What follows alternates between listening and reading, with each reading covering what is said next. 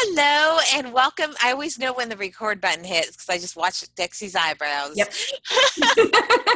Welcome to the Design and Style podcast, a podcast for designers by designers. And I am your co-host, Rachel, with Rachel Moriarty Interiors. And with me today is Dixie of Dixie Willard Design. I should say today and every day on this Every podcast. So today we have a great topic because we are on the left and the right of as far as you can be on this. And the topic is time. Yes. And particularly how you manage your time. And I'm going to start with Dixie because Dixie is probably better prepared to talk about this because she is more structured than I am. In fact, she refers to herself as a structured creative. Yep, that's right. A structural creative. So structural creative, that's right. Yeah, it's just a couple of letters. It's not a big deal. And BD. So for me, when it comes to time, I would love to be the kind of person who just goes with the flow all the time. It sounds lovely to me. I like to pretend that I am that person, but what it boils down to is I am not that person. I am the person who needs to have a schedule. I've actually printed out, I've got the days of the week. I've highlighted different blocks of time for what I do in different blocks on different days so that I don't have to think about it. I just know. Not only do I do the week, I'll also do the month. So for me, I know that the first Saturday of the month, I'm going to be doing a big freezer cooking day, which has nothing to do with business, but everything to do with managing my time. Because if I don't plan the meals and cook them all on that day, then the rest of the week or the month kind of falls apart. And then the other thing that I have done, and this is new for me, but it's been really exciting so far, is at the end of last year, I planned out my year. Like I wrote down what projects I wanted to take on, how many I thought I could do, and then I broke it down month by month. And of course, now my voice is going to absolutely quit in the middle of this, but the structure doesn't help with that. I'm sorry, it just doesn't. So for me, I've taken the whole year and said, if I want to make this amount of money, how many projects do I need to take on? How many can I realistically take on? And then what are the little things that I can plug in the middle to fill in the gaps? Because for the big projects, there are lots of chunks of time where there's nothing going on. You're just waiting. You can't do anything because it's pouring outside and they can't pour the foundation or that sort of thing. So after I broke it down, what I wanted to do for the year. Then I said, okay, how many of this can I do a month? Then I said, how many of this can I do a week? And it sounds like such an uber nerd thing to do. But as we all know, I'm an uber nerd. So it's perfect, really, if you think about it. But the other nice thing is, because I've done that, I'm not going to overcommit myself because I know I can't say yes to this because I don't have time. And that's been the thing when I try and go with the flow, I overcommit myself and I end up just in this frantic mess that I can't stand. So for me, just knowing what's available, what my times are, makes my life so much simpler. Rachel, on the other hand. I flow. I'm pretending I flow a lot more than I do because this is the deal. This is the real deal. I have kids and that keeps me structured, right? I mean, it means that I know I have to get out of bed if I want to. My best time creatively is the morning before anyone's up. So I need to get up at 5:30 in the morning. My daughter goes to school. We leave at 8:35. So that gives me a little more than 2 hours. If I get up from 5:30 to 7:30 and then I do the breakfast and get dressed and all that. I'm sorry. I'm just over here. If you're not watching, I'm over here shaking my head because I am yet another thing we're opposite on. Mornings are not my creative time. So I'm kind of jealous, actually. I would love to be able to get up and create stuff right off the bat. But go ahead. Yeah. And the thing is, when you're a creative, um, so much of it is ideation. The actual get to work part of it, if you're focused, Mm-hmm. can get done pretty Oh, darn yeah. quickly. Isn't it crazy? Oh, Like, yeah. it's really that ideation that takes a lot of time. So, um, It looks like daydreaming, but it's actually working. If you're like me, like I start totally. picturing things in my head, I just have to sit there and think. Yeah, I mean, I will intentionally force myself to lay in bed sometimes in the morning just a little bit Mm-hmm. longer, just to like let something formulate a little bit more from Yep. nothing to something, and then I can get up and start. Then I have something to work with.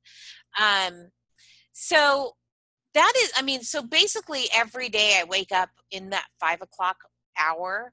Um, and then, like I said, then at 7:30, I start getting the kids ready at 8:30. So, I mean, there is structure in my day. Obviously, that's a Monday through Friday thing. And then I have to start wrapping up. I know I have to be at school at 3 o'clock. Mm-hmm. And you know what? My day's kind of done at 3.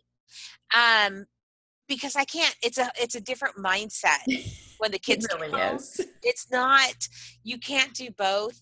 And I am guilty of sitting on my laptop a lot. But a lot is not happening. And I need to just get off my I lap. think we all do that a little bit.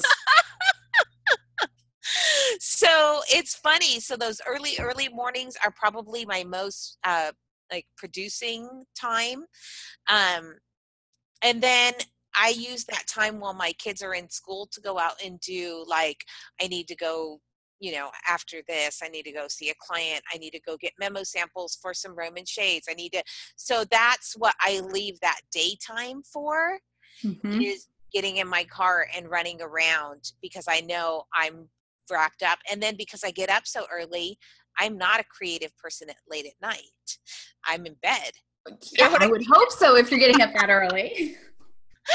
So, I mean, even though I'm flowy about it, I don't use charts, I don't use graphs, I don't even really use my Google Calendar.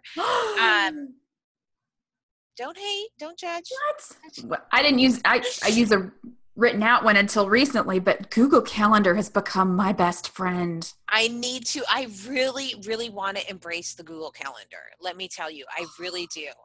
Um, but what works best for me is, you can't see on camera down here, I have one of those desktop calendars. Mhm. And, I love it because I can, every Tuesday, I have record the Design+Style podcast. I have the days Mhm. the kids are off of school. I have, um, client meetings. On Wednesday afternoons I go to gymnastics with my daughter. Stuff like that. And it's almost like my little to-do list, like, go to Mhm. the bait store, go to, whatever, Yep. um and that's how I structure my day. I keep hearing about batching. I've tried to batch. I have batched before. I can batch I cook, but that's about it. I need to batch cook. That is one thing, because what'll happen to me is it turns into a pizza night, or of course we have Uh-huh. great Mexican food here, and there's always, twist my arm to go get some rolled tacos. So, but I used to try to batch social media, because Mhm. back in the day, a year and a half ago, posting 10 times was a thing, right? So you Right. and I were posting making 70 posts a week at Yeah. least, Yeah. plus popping in on our live posts. And so we would have to do 70 times a week. So I would spend a day or morning or half a day doing that. Yep. And then I would try to batch write a blog post. But I find like my best content comes in life, and discovery calls, and client meetings, and projects. So those real time things are sort of, Yeah, I know what you're thinking. So I speaking of things that just pop up in life that you're going to write about, I flooded my kitchen last night, and so I'm going to be using that. It was not intentional. That's the worst part. I just was being an airhead. So now I'm going to use that as content for a blog post about why having good kitchen cabinets is a good idea. Exactly. But the thing is, you may have gone, oh, I'm going to write 6 blog posts today. And one of the topics is going to be why, kitchen cabinets or whatever. But unless you've had that flood happen, there's no magic Exactly. behind the post. No, it's So just stale and boring. it's still and boring, and I'm it's with you on that one. 7 tips why whatever, buy Hmm. dovetail, buy, whatever. When there's something like flooded your Now I kitchen, have real life pictures. you have real life pictures, you have real life, there's juice and magic in that blog Mhm. post. And so that's what I found that my blog posts were super flat. I was Yeah. uninspired, and I'm assuming the reader wasn't very inspired. And so I like to do those things in real time, so I don't set aside Mhm. time. It literally, just whenever it's like something happened, I will grab my website, my laptop, pop in my website, and write that blog post. um and sometimes I'll just save it as a draft and then find Yeah. the visuals later when I have Yep. another pocket of time, because we all know that takes the longer time. So I call myself the unstructured creative. I like room for, I'm a 10 minutes from my door to the beach is a 10-minute drive. I like room for that because Mhm. there's so much ideation that has to happen. I don't know when I might need to even jog myself to, Right. you know what I mean? Like, Absolutely. so I feel like when I have that space in my calendar, I can put on my shoes and go for a walk on the beach, or just go around the neighborhood or whatever. I It makes me feel expansive, and when I'm expansive, I feel creative. Yes. And for me, knowing that the structure is there means that I know that nothing's going to fall through the cracks. So I have freed up my mind to take care of all the other stuff. I do structure in Exercise or exercise. whatever. Well, I'd like to structure in the exercise a little bit more than I do, but the opportunities to go outside and just sit and be quiet and You go enjoy. outside? I go. For those of you who don't know, I'm an allergy girl, and I'm only allowed outside for brief periods of time during Certain pollen seasons. season. Every season except the dead of winter. Like right now, I was able actually to go on a hike the other day, and it was lovely. Isn't it nice? I know we have allergies in this house too, and it was so funny because I bought allergy medication like a week and a half ago, and I needed it this morning, and I went and the seal was still on it, and I was like, Yeah, wow, it never between happens all at of us my allergy house. people in the house, it's like there is nothing out there right now. It is so nice. Um But I do structure in time to just go outside. I know my limits, so it's like half an hour tops where I can just go outside with a cup of coffee. And that's actually the time I usually do my journaling, which can be personal, it can be business, it can be whatever my mind needs to think Brain dump. through. But Yeah. it's just, and when I don't do it, I just feel mentally constipated. Ah! That's the best way. It's there. It needs to come out, but it is just stuck, whatever it is. So for me, having the structure there where I can, like, I know that Mondays are my marketing and money days. So that's the day I'm going to do my bookkeeping. It's the day I'm going to schedule any,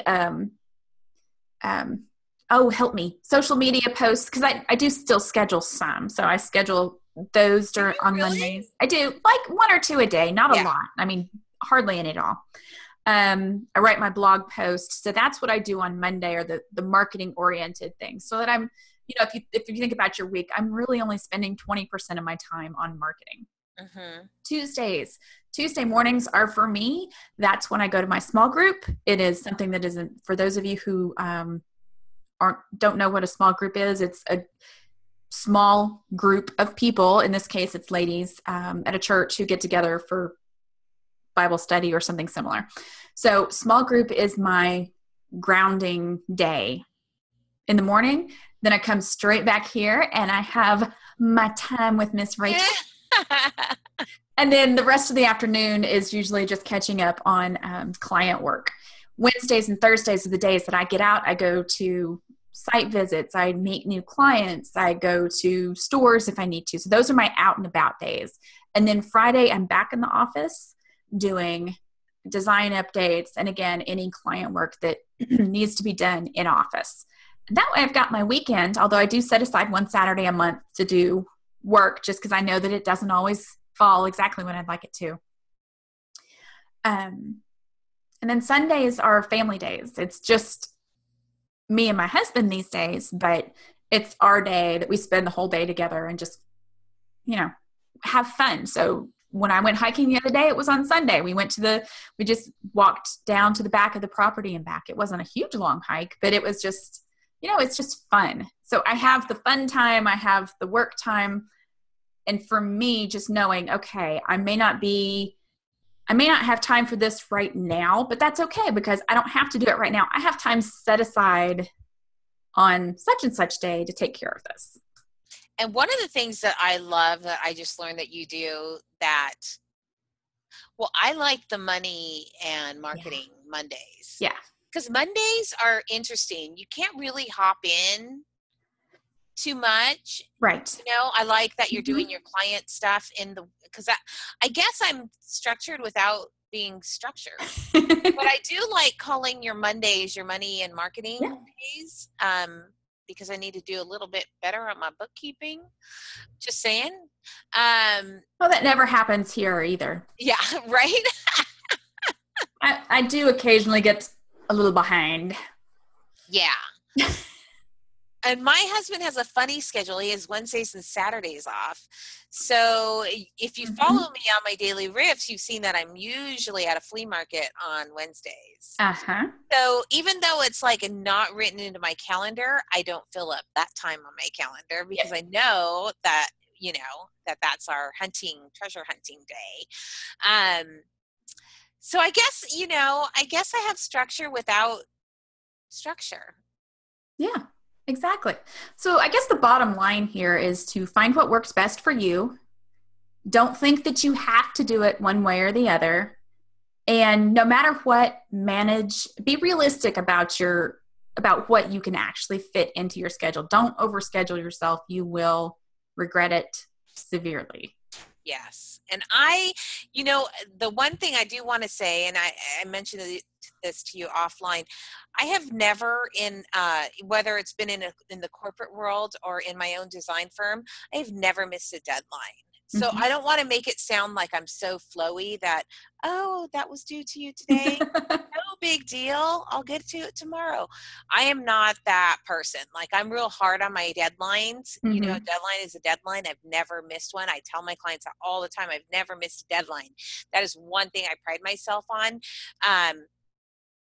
But it just means it might not on the back end. Sometimes I can get a little scrambly. Right before that deadline. Oh yeah. But I have never missed a deadline in my life.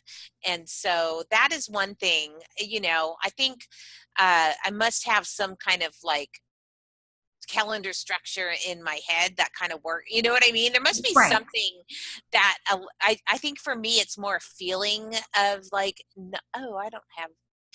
one of those, stay or work from home entrepreneurs. I can sit on the couch all day, or I can work in a cafe because we know that happens.